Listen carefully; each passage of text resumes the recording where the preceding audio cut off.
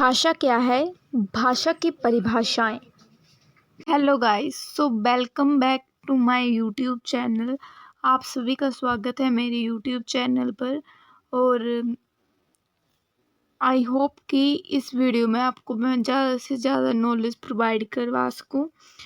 सो इस वीडियो में हम जानेंगे कि भाषा क्या है और भाषा की जो समुचित परिभाषाएं हैं उनके बारे में हम डिटेल से पढ़ेंगे।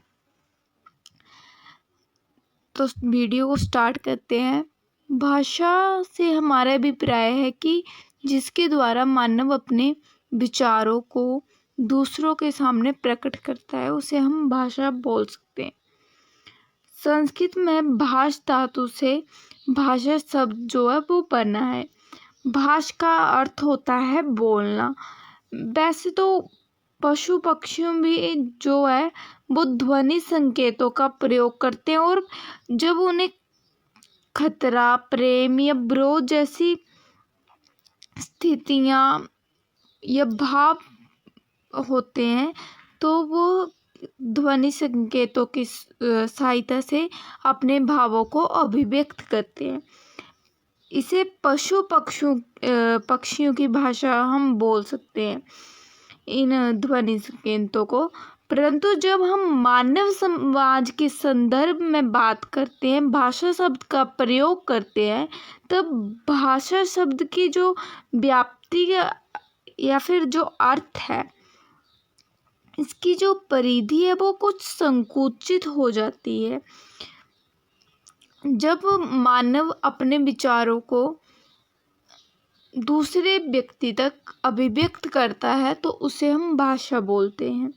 मानव समाज में भी भावों, विचारों आदि के आदान प्रदान के लिए मनुष्य जो है वो 3 प्रकार के संकेतों का प्रयोग करता है, जिसमें पहला आता है स्पर्श संकेत, दूसरा आता है दृष्टि या फिर दृश्य संकेत और तीसरा आता है ध्वनि संकेत। जिसमें स्पर्श संकेत का उदाहरण हम इस प्रकार से दे सकते हैं कि जैसे कोई चोर है और वो अंधकार में अपने साथी का हाथ दबाकर उसे वहीं पर रुकने का इशारा करता है या फिर आगे बढ़ने का भाव जो वो उसे प्रकट करता है, तब हम इसे स्पर्श संकेत कह सकते हैं कि उसको उसके साथी ने हाथ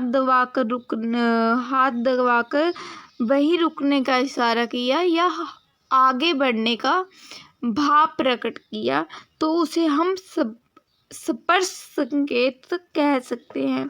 इसी प्रकार क्रिकेट मैच के दौरान यदि किसी टीम का कप्तान हाथ हिलाकर किसी खिलाड़ी को स्थान बदलने का विचार प्रदान करता है तो ये दृश्य संकेत कहलाता है। सामान्यतः परिस्थितियों में मनुष्य अपने मुख से सार्थक ध्वनियाँ निकालने अपने भावों को प्रकट करता है तो वो ध्वनि संकेत निकालता है। जैसे मैं आपको भाव प्रकट कर रही हूँ अपने, या फिर मैं अपने विचारों को आप तक पहुँचा रही हूँ, तो ये क्या है? ध्वनि संकेत है। और स्पर्श संकेत वही आता है जिसमें हम हाथ दबाकर आगे बढ़ने का इशारा करते हैं या हाथ पकड़कर वहीं रुकने का इशारा करते हैं, तो वो स्पर्श संकेत में आता है। और दृश्य संकेत में वो आते हैं जिसमें हम कभी, अगर मैं आपको बोल रही हूँ कि ये कितने हैं, अगर मैं आपको 2 उंगली दिखाकर ये पूछ रही हूँ ये कितने हैं, तो उसमें दृश्य संकेत का प्रयोग होगा। ध्वनि संकेत का हम उदाहरण इस प्रकार से ले सकते हैं, जैसे हम दुकानदार को वस्तु का नाम, भार आदि बताकर वस्तुएं खरीदते हैं। अपने भाषा का प्रयोग करते हैं, उसमें अपने विचारों को उस दुकानदार तक पहुंचाते हैं, तो उसे हम ध्वनि संकेत कहते हैं।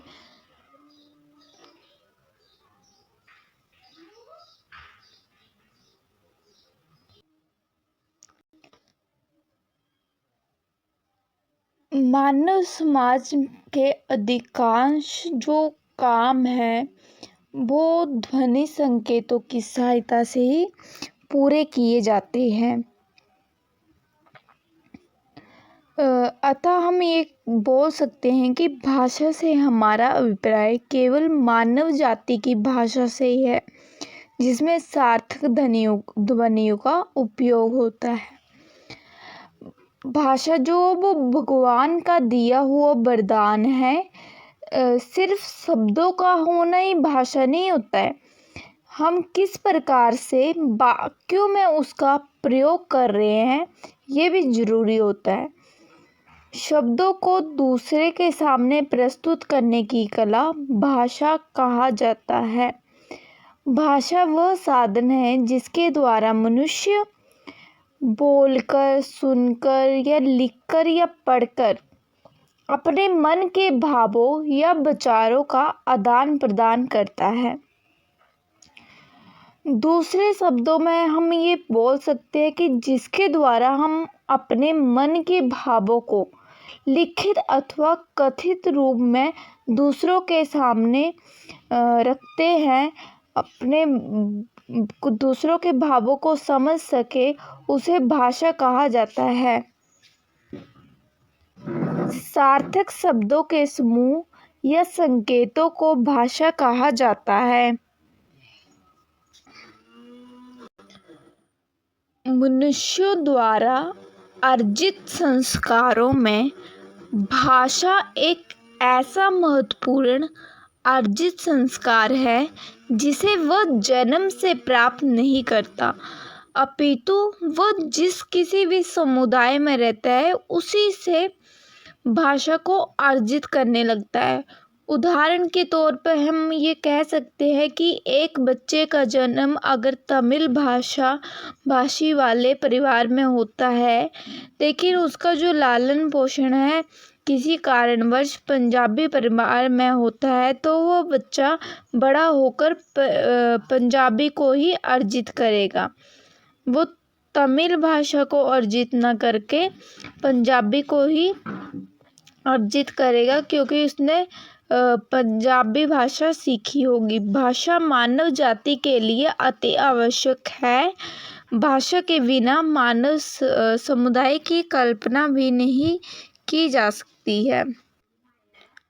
अतः विस्तार रूप में हम ये बोल सकते हैं कि भाषा वह है जो बोली जाती है और जो विशेष मानव समुदाय में समझी जाती है। भाषा मानव और मानव समूह के मध्य एक ऐसी कड़ी है जो निरंतर आगे जुड़ती चली जाती है। जहाँ समाज है वहाँ निश्चय ही किसी न किसी भाषा की आवश्यकता होगी ही होगी, और जहाँ भाषा है वहाँ मानव समाज भी होगा ही। भाषा के कारण ही मानव समाज का निर्माण हुआ है, और भाषा जो है वो संस्कृत के शब्द जो है वो भाष्य धातु से व्युक्त हुआ है तथा इसका प्रयोग बोलने के लिए होता है। भाषा को अंग्रेजी में लैंग्वेज बोला जाता है, लैटिन भाषा से, जो कि लैंग्वेज जो लैटिन भाषा से बना है। अब हम इसकी परिभाषाओं के बारे में विस्तार पूर्वक पढ़ेंगे। भाषा का स्वरूप इतना व्यापक है और विस्तृत है कि इसकी समस्त विशेषताओं को सीमित शब्दों वाली परिभाषा में प्रस्तुत करना लगभग असंभव है। यही कारण है कि अनेक विद्वानों ने अपने अपने मतानुसार भाषा को परिभाषित करने का प्रयास किया है। यहाँ पर कुछ प्रसिद्ध विद्वानों द्वारा दी गई परिभाषाओं का उल्लेख किया जा रहा है, जो कि निम्नलिखित है।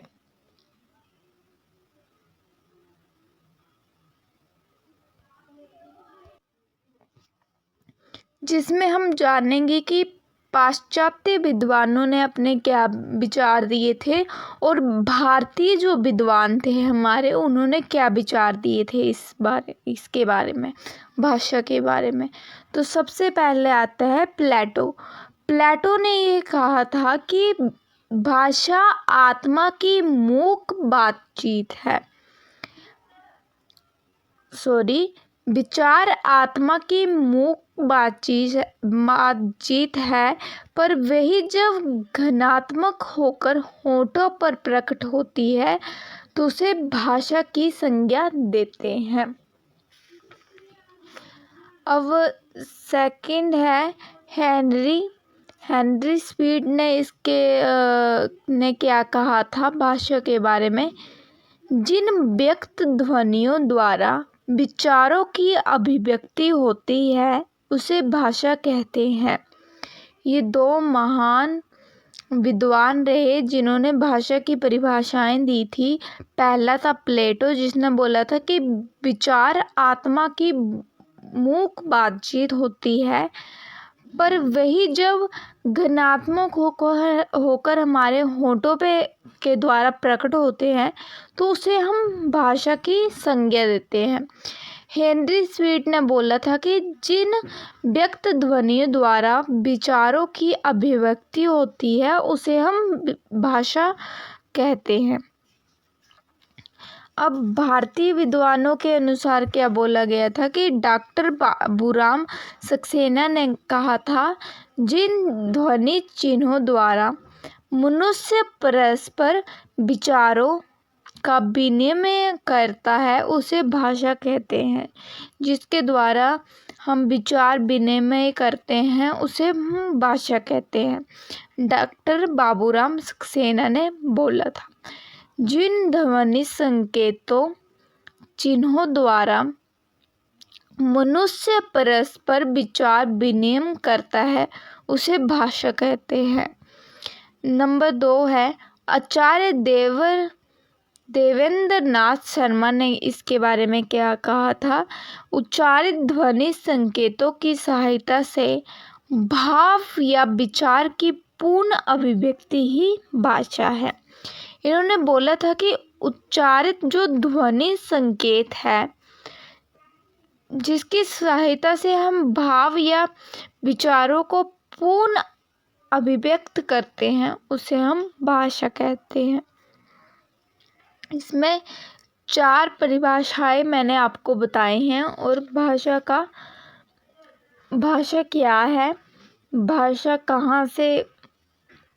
भाषा शब्द कहाँ से लिया गया है, भाषा को अंग्रेजी में क्या कहते हैं, तथा भाषा जो वो भगवान का दिया हुआ वरदान है जो कि मानव प्रजाति को दिया गया है। इस पे मैंने बताया कि सिर्फ शब्दों का होना ही वाक्य नहीं होता है, भाषा नहीं होता है। हम किस प्रकार से वाक्यों में उसका प्रयोग करते हैं ये भी ज़रूरी होता है कि हम वाक्यों में उसका किस प्रकार से प्रयोग में उसे ला रहे हैं, उसे हम भाषा कहते हैं। जब हम अपने शब्दों को दूसरों के सामने प्रकट करते हैं, दूसरों के सामने हम अपने विचारों को, जब भावों को हम प्रकट करने की जो हमारी कला है उसे भाषा कहा जाता है। जिसके द्वारा हम बोलकर, सुनकर, लिखकर, पढ़कर अपने मन के भावों का आदान प्रदान किया जाता है। जिसके द्वारा हम लिखकर या बोलकर अपने मन के विचारों का आदान प्रदान करते हैं उसे हम भाषा बोलते हैं। दूसरे शब्दों में हम ये भी बोल सकते हैं कि जिसके द्वारा हम अपने भावों को लिखित या कथित रूप में दूसरों के सामने प्रकट करते हैं उसे हम भाषा बोलते हैं।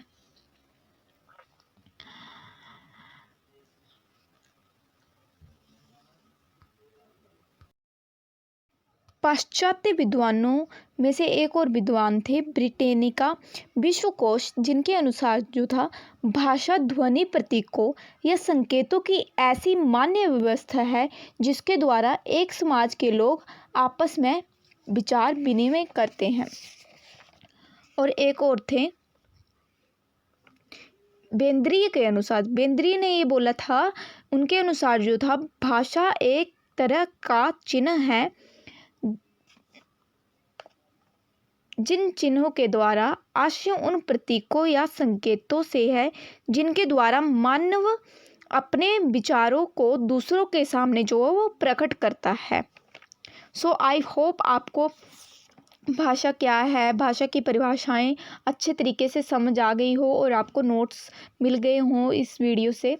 सो अगली वीडियो में हम बात करेंगे भाषा की प्रकृति और उसकी विशेषताएं क्या क्या हैं। इस वीडियो में हम अगली नेक्स्ट वीडियो में बात करेंगे। So thank you so much.